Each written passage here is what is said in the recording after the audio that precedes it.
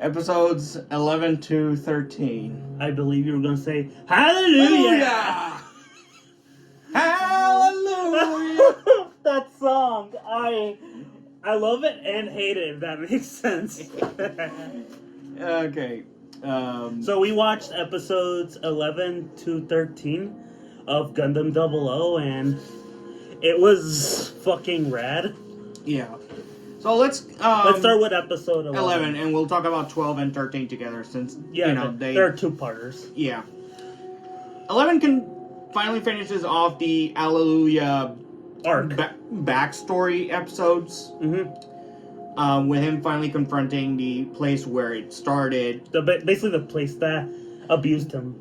Well, abused him, turned him into a child soldier, turned him into a technical cyber new type. And a guinea pig. Yeah.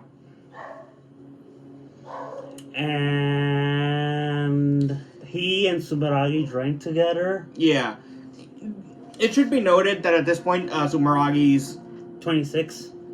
Well, not just that. I mean, her problem, her drinking habits. Oh, yeah. She used Since that it's gonna be set up later. Yeah. It's gonna come back to bite her in the ass during the second season. Yep. And, okay, this is just my theory. It's kind of throw up my silly theory, because since they're using alcohol to go by, I just assume since he's now quote-unquote adult, they banged. They banged. Nah. I know. I'm thinking hentai logic here, but, that's my theory. I'm going with it. That's on you. Yeah. Yeah, that's my theory. Is it just me, or is the setup for the camera is a bit... Oh, yeah. Hey, come on. Better. Much better. Wow, that was bad camera work on my part. It happens. Yeah. So, with episode 11, not only do we get that, we do see that there's a bit more corruption, and we also start to see a bit more on Tierra Artis' quite frankly obsession with Veda, to the point where he's during the episode he's inside what I can only describe like a giant computer network. You saw it too. Yeah, I saw it too. It's okay. So let's talk about religious imagery number whatever. So in biblical mythology, in Christianity, God is said to be both man and God. Like God put his soul in a literal human, or was basically made himself born through a human woman. Yeah. So Terria is both God and Jesus by that logic. Only if God was starts out as an asshole and then learns to love humanity. I mean, he kinda was actually. Yeah, he starts as an asshole and then basically it's just look at the one that the god that threw the 10 plagues. Yeah. During the 10 Commandments. I forgot. That was part of the same mythology. Shit. You're right. So he starts out as a dick, and then he... Yeah, I think we're derailing. Let's continue back into the show. Yeah. You're dropping that misconception. We're not going into... into that. Yeah, whatever. Anyway. So yeah. Let's just say justice has been done to the fucking... To the ones who suffered that the child soldier program. And also, it proves that the Russian colonel is the best military officer in terms of humanity. At least in that party. Exactly. He's one of the few good ones. Yeah, because when it comes to the Union... That's Graham Acker. Yep. I mean, Graham Cracker. Graham Acker. Yeah, the Union. Look, great Graham Acker. He's a cracker. He's a great character. Still a shit human being. I wouldn't say that. I think he starts out. He's a bit bloodlusty, or really he's more like Goku in the sense that he just wants a good fight. But at the end of the day, he's kind of repeating the cycle of sin by doing that. Yeah, I know, but he just wants a good fight, and in reality, he does know when to stop. Because he does help... Let's just go into episodes 12 and 13 while we're at it. Yeah, let's go through that. Basically, we have the Asadistan coup d'etat as storyline. Here, basically, we're going into Setsuna's homeland / a bit more into the character's backstory. Where we learned that the conservatives are really racist. I mean, they literally say, "Get away, nigga," to Setsuna. Sort of. But really, I think it's due to the fact that, one, those are from the previous generation who probably had bad blood with the nation of Krugis. So, I can let that slide. I understand that. Like, besides, you know, I just love the show's social and political commentary. Yeah. That, and I can only imagine that the events of Krugis weren't that long ago, so the bad blood is still... Yeah, it's from... It's still way too recent for it. Oh, yeah, definitely. That event took place in 2301, while this at least in season 1, takes place in 2307. Yeah. So, yeah, 6 years apart. Yeah, so like I said, there's still going to be a bit of bad blood with that. True. But what happens is, basically, the leader of the conservatives gets kidnapped, and we do get more into Marina Ismail, aka the princess of the Reformists. Aka the better Relina. Because when she doesn't say, "Why did you kill her?" She says, "Why are people acting like this? Like, why do human..." It's not like Relina, where she's being stupid. She's just, like, asking a legit question we all have, which is, why are humans this stupid? And you know, why are we fighting like this? Exactly. You know. We also get the return of Ali El Sanchez. Oh, that guy's a monster. Who is pretty much causing the problems. He destroyed an entire these 2 episodes. He destroyed an entire country just for shits and giggles and for money. I'm pretty sure. And he's trying to do the same thing again. First Krugis, now Asadistan in its entirety. Because he's the guy who kidnapped the conservative leader, and it's up to Setsuna and Lakan Stratos, or really Neil Delandi. I think that was, AKA as you said as we were watching, the Death Scythe Mark II. I mean, that's what the Dynamis is in a way. Yeah. It kind of reminds me a lot of the idea of the Death Scythe, due to the fact that the Death Scythe could always protect itself with its humongous ass bat wings. Let's be honest here. By turning it into a physical shield, same thing that the Dynamis can do now, thanks to its first upgrades. Yeah, and also at the end of episode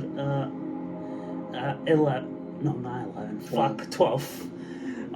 Basically, Setsuna says, "I could not become a Gundam," aka I think I should reiterate or fix what I was thinking when I said he was trying to become like a god. It's not that he sees Gundam as a god.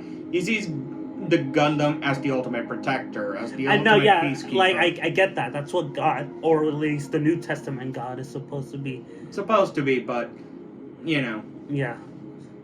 So like I know I'm harping that Setsuna wants to become God, but that's how he sees the Gundam, as God. Yeah. Like as a protector. He just wants to. 1 second. You continue for a sec. Of course. So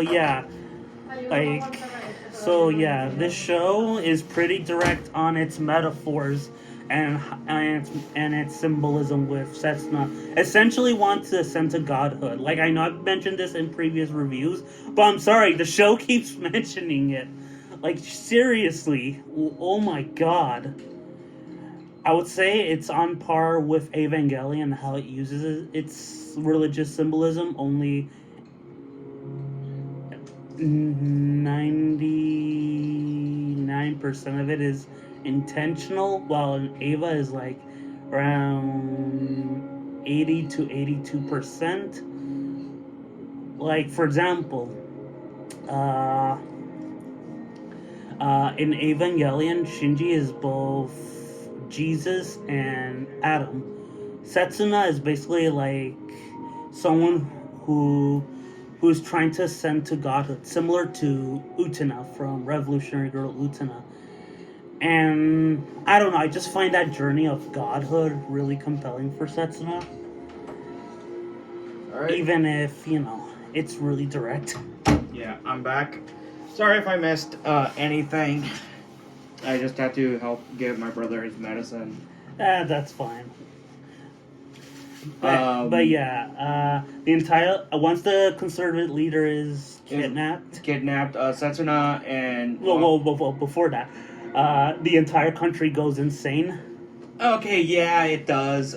Basically, it literally goes into a civil war state, and it kind of forces Celestial Being to intervene. Mm-hmm.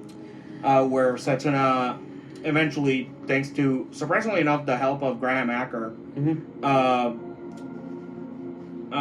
is able to track down where he is, as well as, get a rematch with Aliel Sanchez, who pretty much at this point already knows that it's the survivor of Krugus, and it probably knows who it is too. Yeah. Like Aliel Sanchez, he may be a monster, but he's a smart monster. Yes, he is. And while Setsuna was fighting Aliel Sanchez, eventually Lock-On and... Okay, so I should mention the Chinese lady and his assistant. And his assistant, who are technically helpers of Celestial Being. Really? Yeah. Oh, they are helping Celestial Being with their stuff. They're not strictly members of it, though. Oh, I was kind of confused. I thought they were members. What about the guy who's in the UN and Ribbons? I mean, obviously I know Ribbons, but aren't they members of Celestial Being, technically? One is...